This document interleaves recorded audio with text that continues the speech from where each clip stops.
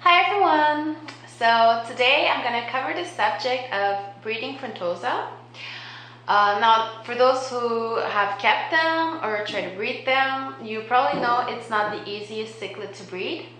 In fact, I find that Malawi cichlids are much easier to breed than Tanganyikans. But especially Frontosas, they have certain requirements. So first of all, I'm going to start with the pH. In Lake Tanganyika, pH is about 9. My pH here is 8.2, I believe.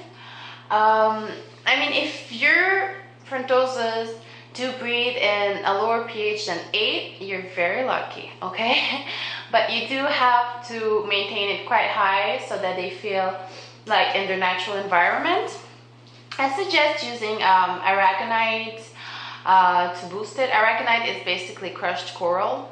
Well, it's not live rock, okay? Don't go and get some live rock. It's just dead, dry, crushed coral. Also, what they need, in my experience, is salt, sea salt. But not the type of salt that you will use for your saltwater aquariums. Fish stores or pet stores, they do sell cichlid salt, okay? So it's also a buffer, so the salt will increase your pH naturally. And like in Lake Tanganyika, there's a certain percentage of salt content in their water because it's not for nothing, it's called the Rift Lake Valley, you know. Yeah, it used to be salt water, these lakes, but over the centuries and millenniums, whatever, they have converted to fresh water. So yes, you do have to add some salt into your aquarium. I use 1 tablespoon per 10 gallons.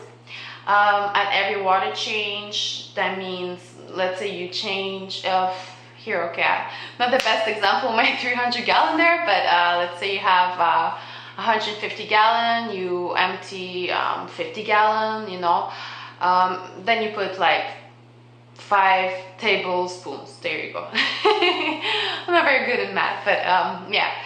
So at every water change, you add a bit of salt and you know, you check your pH. Another thing, I don't know if you noticed, but I've diminished the lighting in my aquarium because Frontosas are deep water fish, okay? They live deep in the water of Lake Tanganyika. So I think it's about 10 meters below or plus, or 100. Oh my god, my facts are so bad. But anyways, just take my word, they do live way below the surface, and they need a certain amount of obscurity, you know. If they live that deep, it's not bright sunset, okay? So for them to feel comfortable, put a medium to low light in your tank.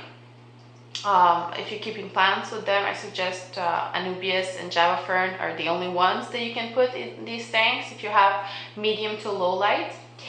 So what else? Also nutrition.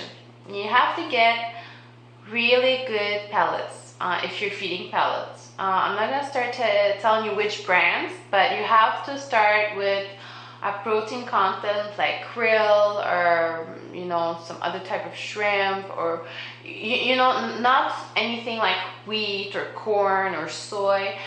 These are just, you know, useless elements of cheap food brands, okay? Don't feed them that. Also supplement a bit of spirulina, but what I feed my fish really hate pellets, I don't know why, but I feed them tiny shrimps, okay? Wherever you get them, make sure on the package there's no sulfites, there's no additives, pure tiny shrimps from the salt water. Because saltwater fish or shrimps, if eaten by freshwater fish, the parasites die in freshwater and vice versa from freshwater to saltwater, alright? So that way you won't bring any parasites into your fish system.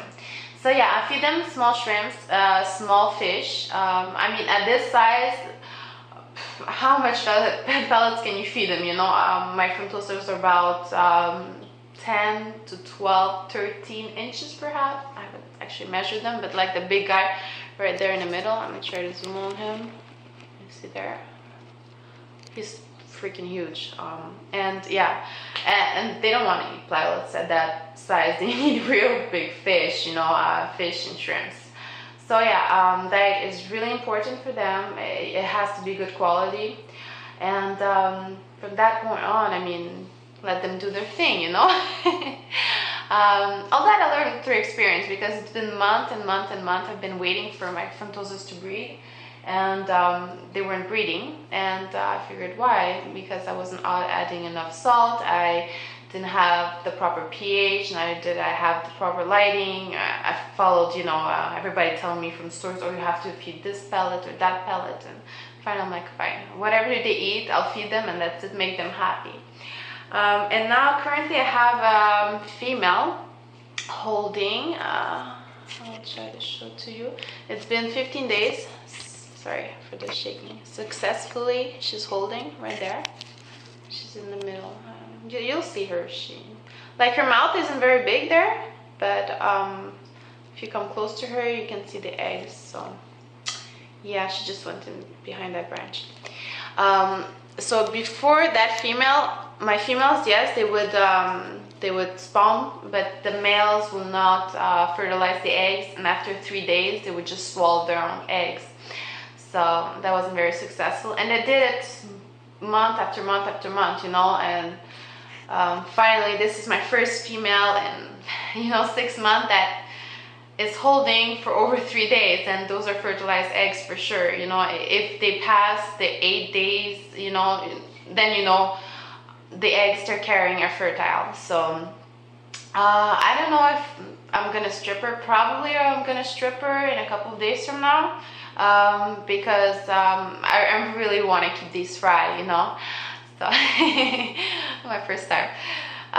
Yeah, but you should also strip your female, but not before 18 days, okay? Because you want to have little wigglers, not eggs, because then you have to put in an egg tumbler. Alright, so I hope this information was good for you. If you have any comments, suggestions, or you know, anything to add to that, please let me know. And also, I don't know if you noticed I switched things around a bit in this tank, added some rocks, so let me know what you think of the new layout. Alright, thanks for watching. Bye bye.